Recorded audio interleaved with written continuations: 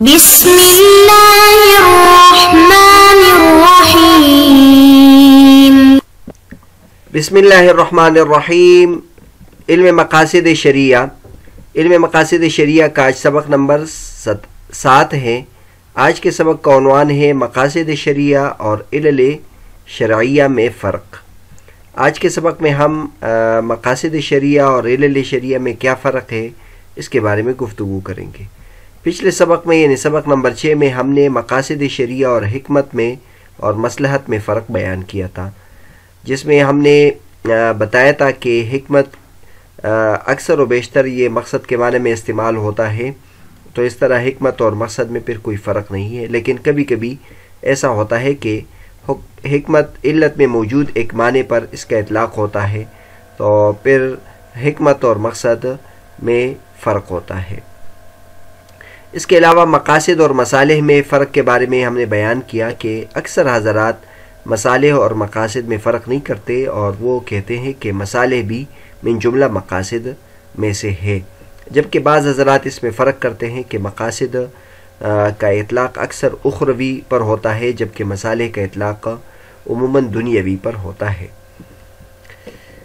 اور یہ بتایا تھا کہ یہ 4 قسم کے الفاظ ہیں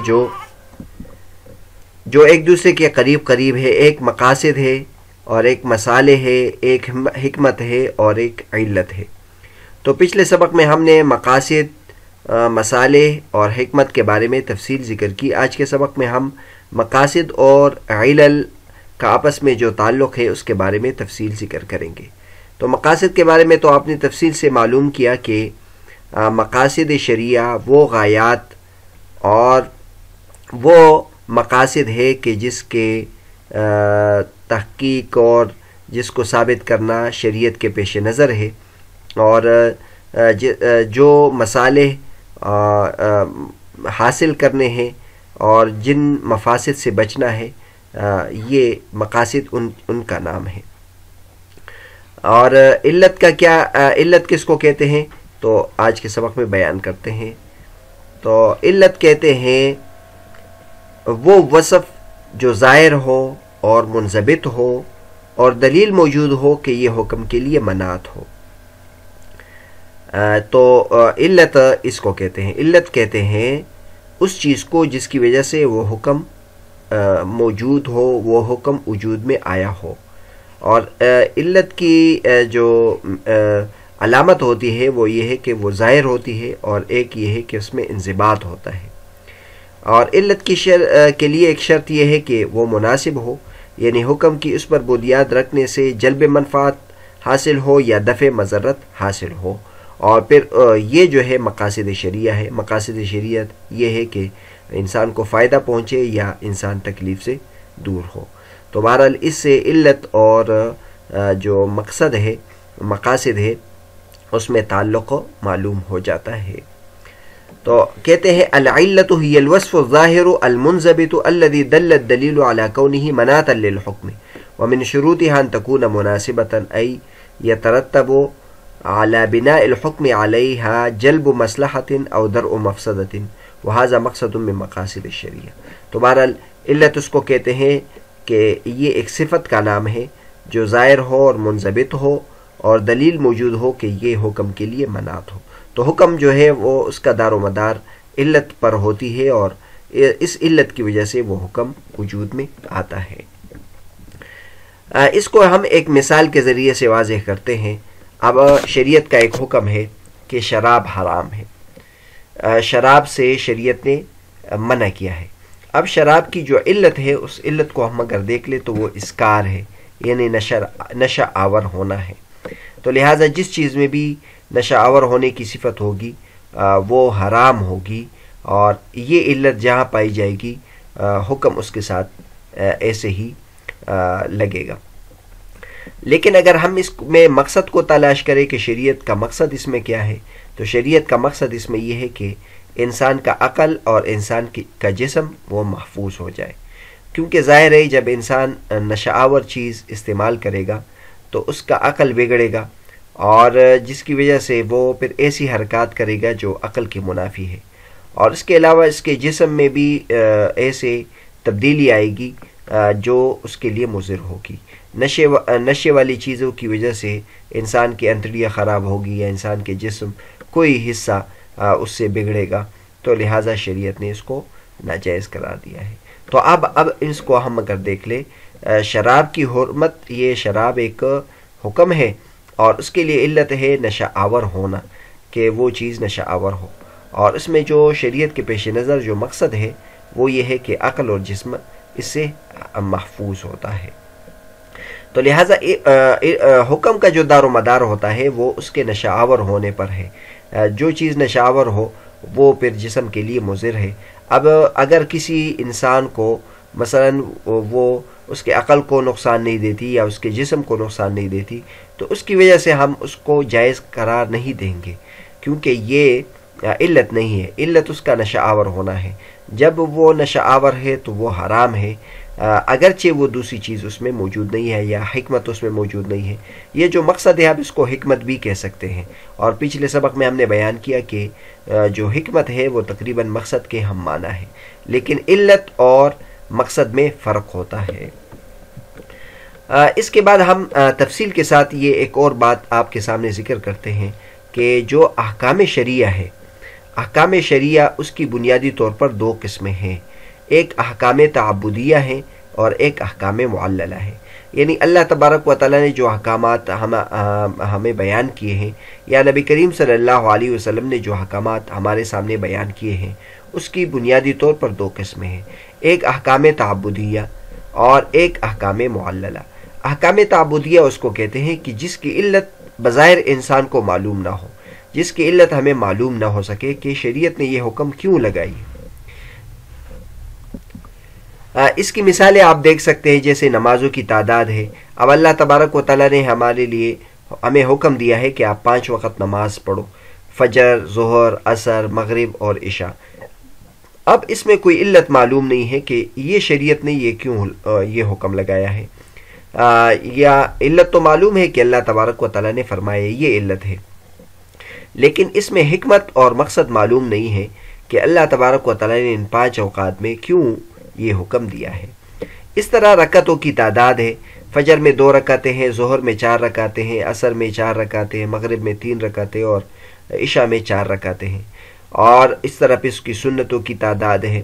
تو یہ تعداد بھی شریعت نے ہمیں اس کا حکم دیا ہے، لیکن اس کا مقصد اور اس کی جو وجہ ہے یا حکمت ہے وہ ہمیں معلوم نہیں ہے۔ علت تو معلوم ہے کہ اللہ تبارک و تعالیٰ نے اس کا حکم دیا ہے، نبی کریم صلی اللہ علیہ وسلم نے اس کا حکم دیا ہے، یہ علت ہے، لیکن اس کی جو حکمت ہے یا مقصد ہے وہ شریعت نے بیان نہیں کیا ہے۔ اس طرح اگر ہم طواف کو دیکھ لیں، طواف میں 7 چکریں ہیں، اب 7 کے بجائے 8 کیوں نہیں ہے، یا 7 کے بجائے 5 کیوں نہیں ہے، تو یہ حکم تو شریعت نے ہمیں بیان کیا ہے، اور اس کی علت بھی موجود ہے کہ قرآن کی آیت ہے یا حدیث ہے، لیکن اس کی حکمت معلوم نہیں ہے یا مقصد معلوم نہیں کہ یہ 7 کیوں ہے اور یہ 8 کیوں نہیں ہے اور یا 3 کیوں نہیں ہے۔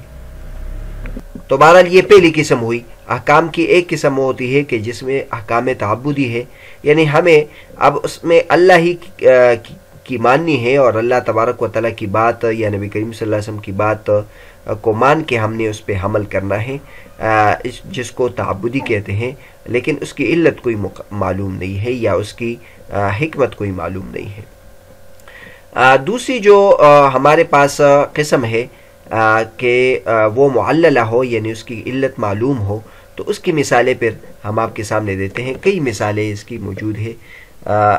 ایک جگہ اللہ تبارک و تعالیٰ فرماتے ہیں کہ جن گھروں میں آپ نہیں رہتے ہیں، یعنی ان میں کوئی اور رہتا ہے، تو کسی اور کے گھر میں داخل ہونے سے پہلے اجازت لینا چاہیے۔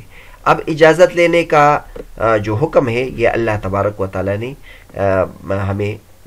ہمیں بیان کیا ہے کہ آپ اجازت لو، لیکن اگر اس میں ہم مقصد کو دیکھ لیں اور اس میں ہم فائدے کو دیکھ لیں یا حکمت کو دیکھ لیں، تو وہ حکمت یہ ہے کہ اس میں ستر عورت ہوگی، یعنی آپ جب کسی اور کے گھر میں جائیں گے تو ظاہر ہے جب کوئی آدمی اپنے گھر میں رہتا ہے تو وہ ستر کا اس قدر اہتمام نہیں کرتا، کیونکہ کوئی اور وہاں موجود نہیں ہے، یا عورت ہے یا مثلا لڑکیاں ہیں، تو وہ پھر ستر عورت کا اہتمام نہیں کرتی۔ تو آپ اگر پہلے اجازت لے لیں گے تو اگر وہ بے پردہ ہے تو وہ پردے میں ہو جائیں گے، اور اس طرح کسی کہ سطر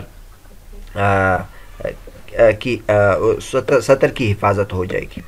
تو اس میں یہ بات پیش نظر ہے. اس کے علاوہ رازداری بھی پیش نظر ہے.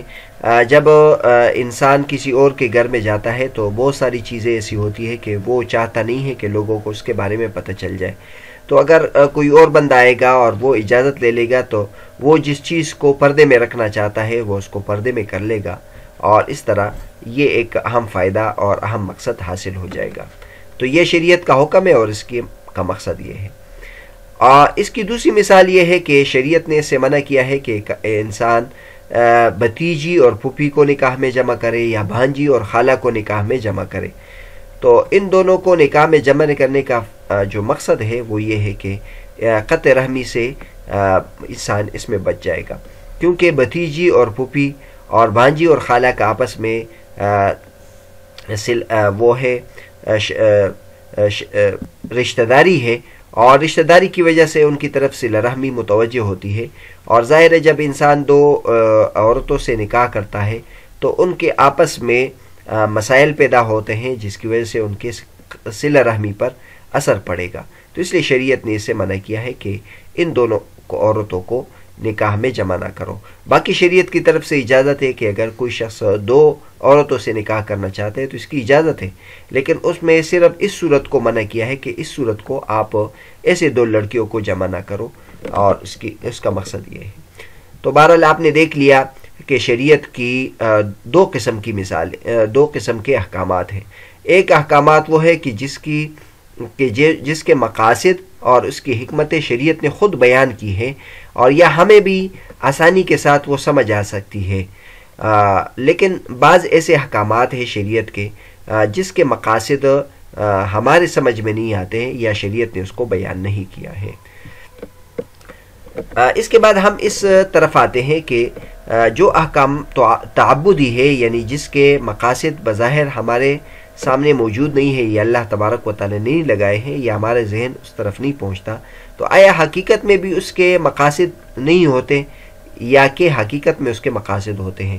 تو اس کا جواب یہ ہے کہ حقیقت میں اس کے مقاصد ہوتے ہیں لیکن ہمیں معلوم نہیں.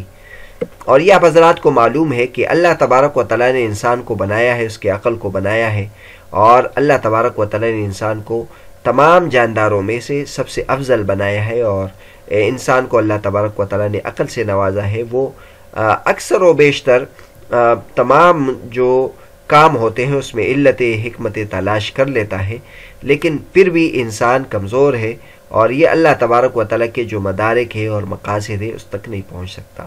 تو اللہ تبارک و تعالی وراء الورا ہے. اللہ تبارک و تعالی سب سے عظیم ذات ہے. تو ہو سکتا ہے کہ اللہ تبارک و تعالی کے پیش نظر ان احکام میں کوئی مقاصد ہو، لیکن اللہ تبارک و تعالی نے بیان نہیں کیے. اور اللہ تبارک و تعالی کے احکامات دو قسم کے ہیں. بعض کی وجوہات دنیا میں اللہ تبارک و تعالی نے بیان نہیں کیے، لیکن بعض ایسے ہیں کہ اس میں انسان کے لیے حکمتیں ہیں اور مقاصد پیش نظر ہوتے ہیں، لیکن اللہ تبارک و تعالی نے بیان نہیں کیے ہوتے ہیں. تو بہرحال جواب یہ ہے کہ ان میں بھی مقاصد ہوتے ہیں لیکن ہمیں معلوم نہیں. اور بلکہ اس میں شیخ صبوری یہ فرماتے ہیں کہ جو علماء کرام احکام کی علت میں بھی اختلاف کرتے ہیں تو وہ بھی حالانکہ ان جگہوں میں جو دیگر علماء کرام ہیں اس میں علت بیان کرتے ہیں، تو اس سے بھی معلوم ہوتا ہے کہ جو احکام معللہ ہیں اس میں بھی بعض علماء کرام علت میں اختلاف کرتے ہیں. تو اس کی وجہ سے مقاصد پر جیسے فرق نہیں پڑتا، تو اس طرح وہ احکامات جس میں بظاہر علتیں نہیں ہیں تو ان میں بھی مقاصد پر کوئی فرق نہیں پڑتا. اس میں مقاصد ضرور ہوں گی لیکن ہم سے اوجل ہوگی. تو بہرحال آج کا جو ہمارا سبق تھا، سبق نمبر 7، اس میں ہم نے مقاصد شریعہ اور علل شریعہ میں فرق بیان کیا اور ان کا آپس میں جوڑ بیان کیا.